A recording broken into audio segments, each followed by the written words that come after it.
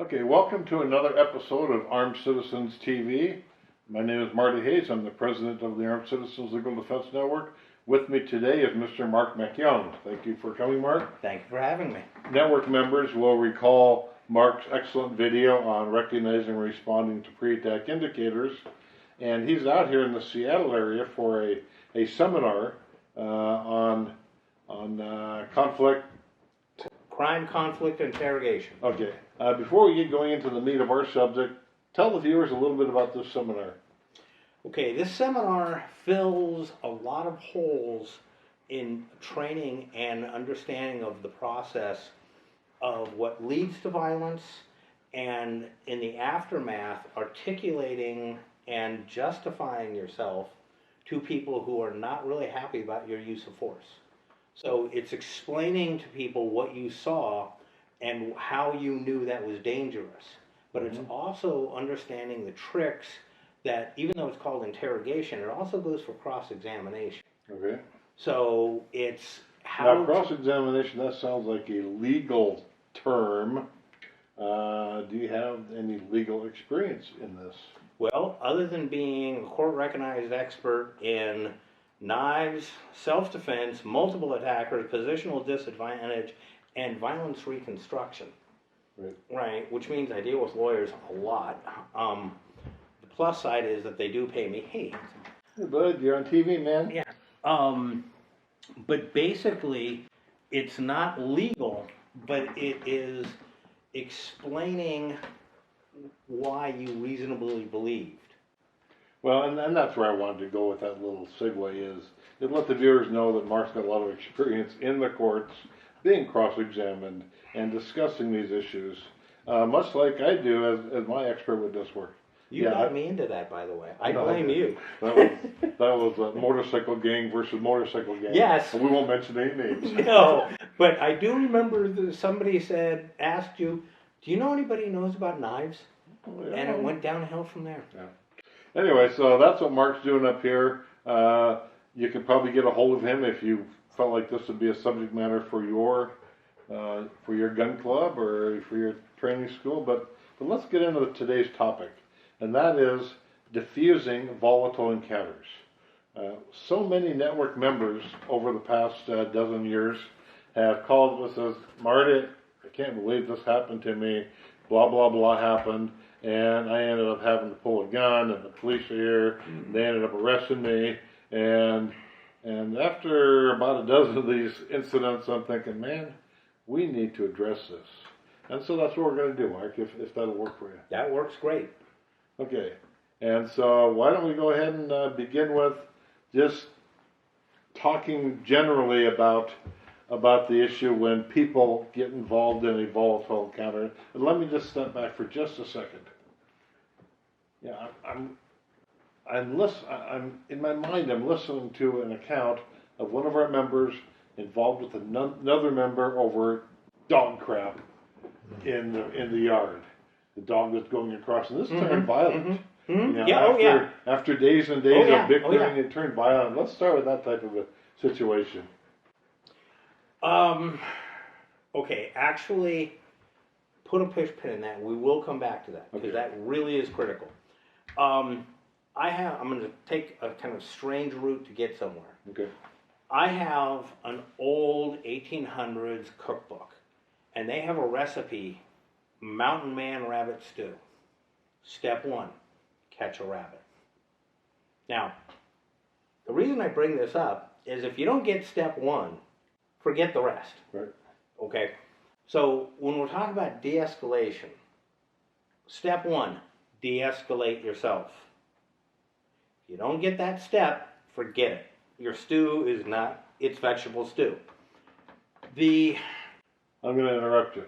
Brought to mind a situation that happened to me must have been 3 or 4 years ago now. Mm-hmm. I was out in a fishing boat with a friend, and he had just got the boat. It was a jet boat, and he didn't quite have the steering down. He ends up pulling into the bank and smacks into another boat. And this other boat happened to be a fishing guy who had just put a brand new wrap on his boat. Oh. And boy, was he mad. Well, my friend had insurance. He said, listen, guys, I'm very sorry. I'm going to, I'll pay for it. Here's my insurance company. Right. and so the guy was so mad, he just boiling over. Right. And he pulled his boat out of the water, and I thought, yeah, I've got a couple $100 on it. I'm just going to go offer the guy a couple $100 to forget the whole deal. How'd that work? Not very well. Okay, just checking. Cause I went up to him, and here's the thing. Across the parking lot, after already been kind of quasi-involved in this verbal altercation, I walked across the guy and said, hey, guy, listen, I've got a couple $100 on me. If I give it to you, will you just drop this whole thing? Mm-hmm. Oh, he went off. Oh, absolutely. Oh, God, you know. Right. Insurance and thousands of dollars for the boat wrap, and it looked crazy to me. This guy is crazy. Well, so I just yes, defused and walked away. there are so many crossroads in these situations. And it's like one crossroad will take you that way, Mm-hmm. and you have different options there, and another will take you that way, and you'll have different options. And navigating your way through is really a challenge, because part of it is this going to work? Right? And you always have to plan for it not working. Okay, that didn't work, time for plan B. Right. But like I said, let's go back to some of the earlier fundamentals, the foundation. Number one, de-escalate yourself. Now, I heard a really good definition of stress, which is not believing you have the resources to handle a situation.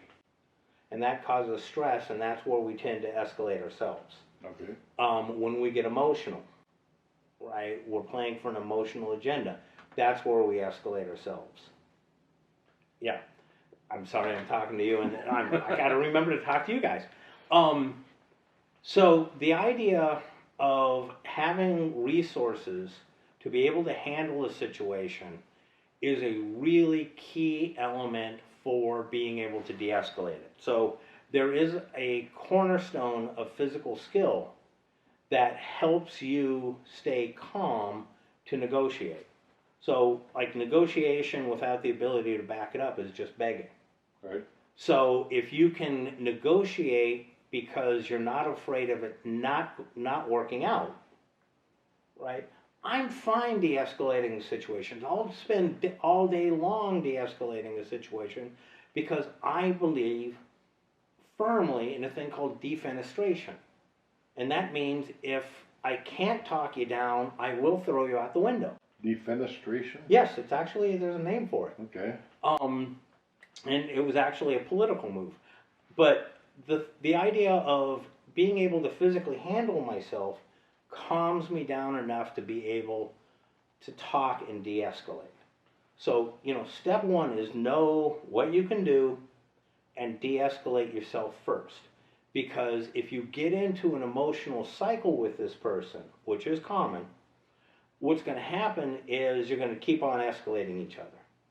Right? You get into a certain mindset, which we'll talk about later, and it's a cycle. Well, I call it escalado, where you're both bluffing. Weird thing about it is, humans are individually are amazingly non-violent animals. What we're really bad at is threatening violence. And by that, I don't mean bad that we're poorly, we don't do it well. We do it all the time. So we make this huff and puff and this bluster, where Rory Merrill calls it the monkey dance. Yep. Okay, where you get these two people who are like both threatening each other, and they're not actually threatening each other as an intent to attack. But I might. Mm-hmm. Now, from a legal perspective, right, when you're threatening somebody, hoping to make him back down, what are you doing? Well, it depends on whether or not you have the means to carry out the threat. If you have the means to carry out the threat, then you've committed the crime of assault. Mm-hmm. Yeah. Right. And But so, what does that do to your self-defense claim? well, that negates it. You won't be able to claim self-defense at trial if you're the one who started that fight. Well, you participated in the creation and escalation. Right. So, now, the funny thing is, this is for a certain type of violence, this is a default behavior, right? You have to learn not to do it, because default is to do it. Right. right? To follow our instincts. Yeah, well, and that instincts drive our this type of behavior that is ingrained in our psyche. Okay, so the problem is when you're like both huffing and puffing and trying to threaten each other, that's escalating. So you have to break that cycle. Mm-hmm. Okay. Now, having said that, set that aside. Although actually we can come back and talk about the members who were arguing over dog crap. Yeah. Right. The member. The member. The Okay. other wasn't. Yeah, the member. But basically, both became emotional, Mm-hmm. and it escalated. Right. And again, once you're in that part of your brain, we call it the monkey brain.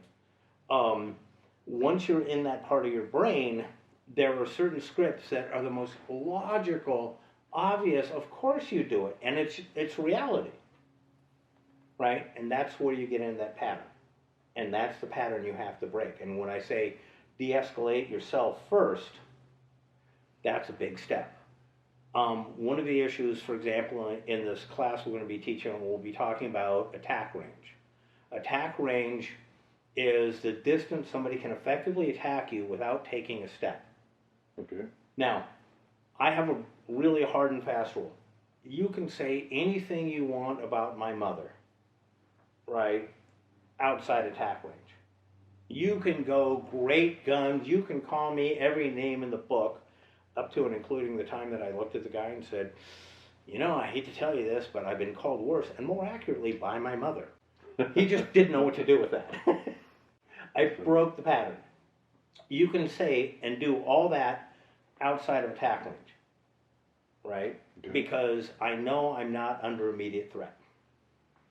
So those are the resources that are really critical to have before you start to try and de-escalate. That's a starting point. Okay. Now we move on to the next thing, which is Roy Miller again talks about there's two types of violence: social violence and asocial violence. I tell you what, I'm not going to let you off the hook. I want at least one tip, one thing that members could use to de-escalate. Before we go on. Okay, actually, let him, as long as he's out of attack range, Yeah. and that, by the way, for empty-handed, is the distance from the eyebrow to the floor. Okay. Okay, that's the distance somebody can attack you without taking a step. Okay, now if you keep him outside that range, if you let him say his piece, okay, let him flip out, let him rant and rave, let him go on, yep, you're right, okay, oh, you know mom too. Let him basically run out of steam by keeping him outside attack range. Okay. And how would you do that? How do you keep them outside of attack range? Stay back, say your piece. Okay. I mean, you communicate, simply state it. And anytime he tries to move in, you get a little more adamant, right? And that's something else we'll talk about, and I don't want to go too far down that rabbit hole. But basically, you communicate to him, you can say what you want over there. Stay back over there, go ahead. And really, a lot of times, these are people who are self-soothing anyway. Mm-hmm. So let him self-soothe, let him run down steam. Okay. Okay. Don't argue with him, just, okay, cool. So there's a really good starting point on how to de-escalate somebody. Just let him say his piece. Now, moving on, Rory Miller had social and asocial. And these are different types of violence, and they're better understood back by our ancestors. Social happens inside the tribe. It's over rules, it's over social status, it's over feelings, it's all this stuff. This can be de-escalated, and well to it. Please let's do it. Asocial violence is over resources, or somebody is a process predator. Yeah, you tell them. Okay. We're going to take a quick break and put the dog away.